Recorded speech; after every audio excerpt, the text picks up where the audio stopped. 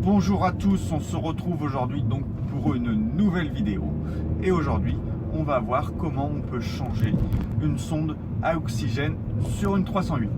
Allez, on va voir ça maintenant.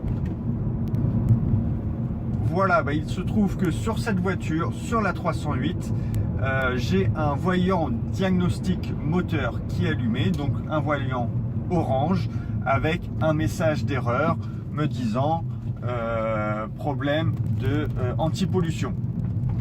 Donc ce que j'ai fait, c'est j'ai passé la voiture à la balise. Donc j'ai une balise Delphi et il m'a marqué qu'il y avait un dysfonctionnement au niveau de la sonde à oxygène. Donc la sonde à oxygène, c'est tout simplement la sonde lambda.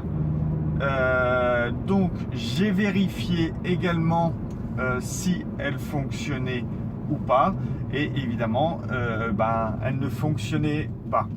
J'en ai commandé une autre et là on va voir ensemble comment on la change. Allez, à tout de suite.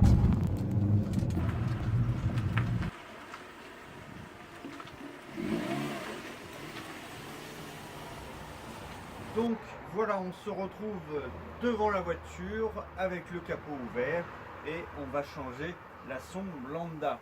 Donc la sonde lambda est accessible, est relativement accessible.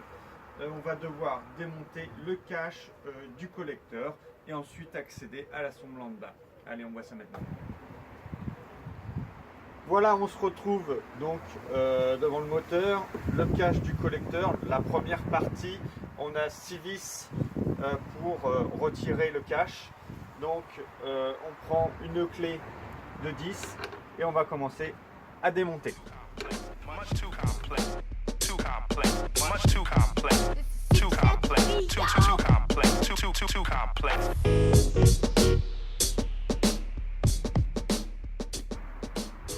Et voilà, donc on vient de retirer l'ensemble des vis sur le cache, le premier cache. Donc on va venir retirer cette partie là qu'on va mettre de côté. Voilà, donc le premier cache du collecteur est retiré. On va maintenant attaquer le deuxième cache qui se trouve un peu plus bas, un petit peu plus compliqué au niveau accessibilité. Allez, venez voir. Donc voilà, on va avoir 4 boulons, les mêmes boulons qu'on a retrouvés. Donc on va en avoir une tout au fond là et une tout en bas. Voilà, on va avoir la même chose de l'autre côté. Donc 4 boulons à démonter. On va pas être obligé de retirer complètement, mais juste dégager pour qu'on ait de la place pour démonter la sonde. Allez, on voit ça tout de suite.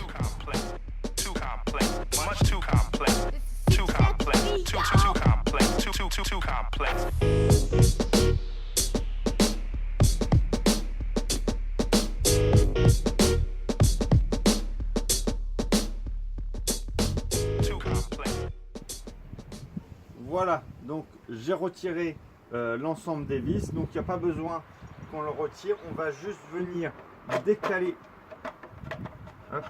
le cache, voilà, pour qu'on puisse venir desserrer la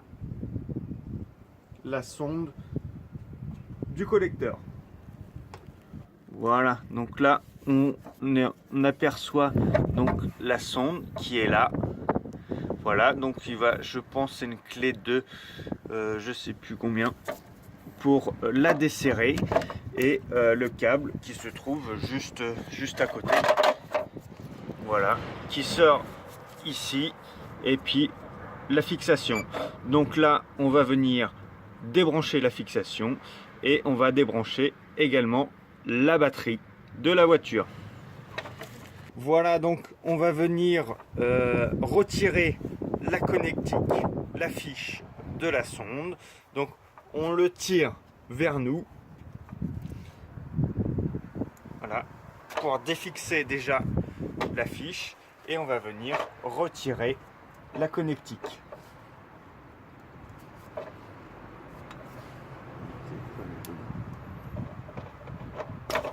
Voilà, donc la sonde est déconnecté.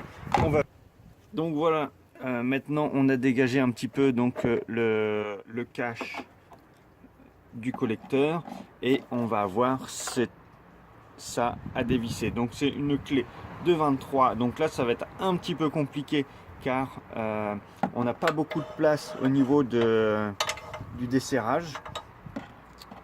Donc il va falloir qu'on y aille petit à petit et trouver le bon angle de... Voilà, je pense que j'en ai un. Voilà.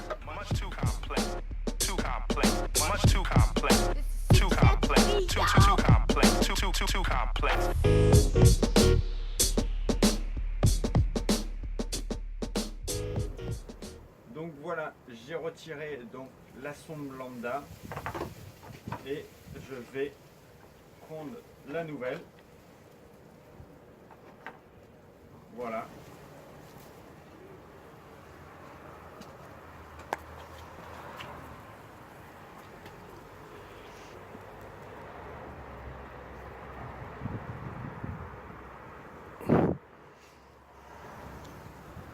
Voilà, donc là, hop, on va venir remettre la sonde à son emplacement prévu. Donc on commence à la main.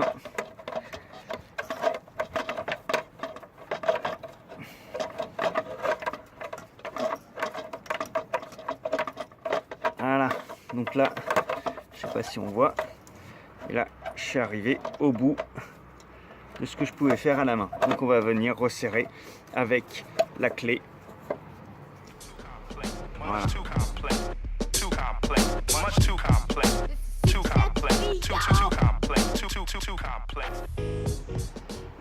Voilà, donc maintenant on va venir rebrancher, reconnecter donc la sonde, le nouveau câble. Voilà, et on vient clipser. Voilà, on entend le petit clic. Voilà, et on vient le remettre, le refixer au rebord. Voilà, donc là, ça y est, ma fiche est remise. On va remonter les caches collecteurs et c'est parti.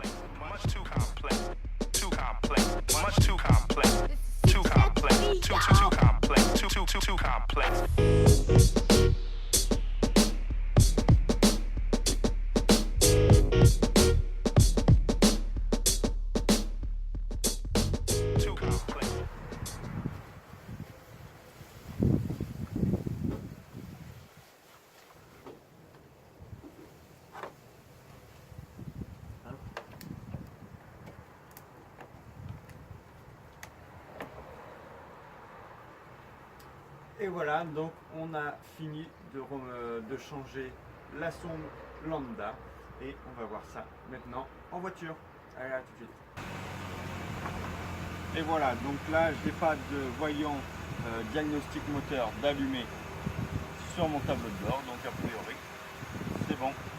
Allez, je vous dis à très bientôt.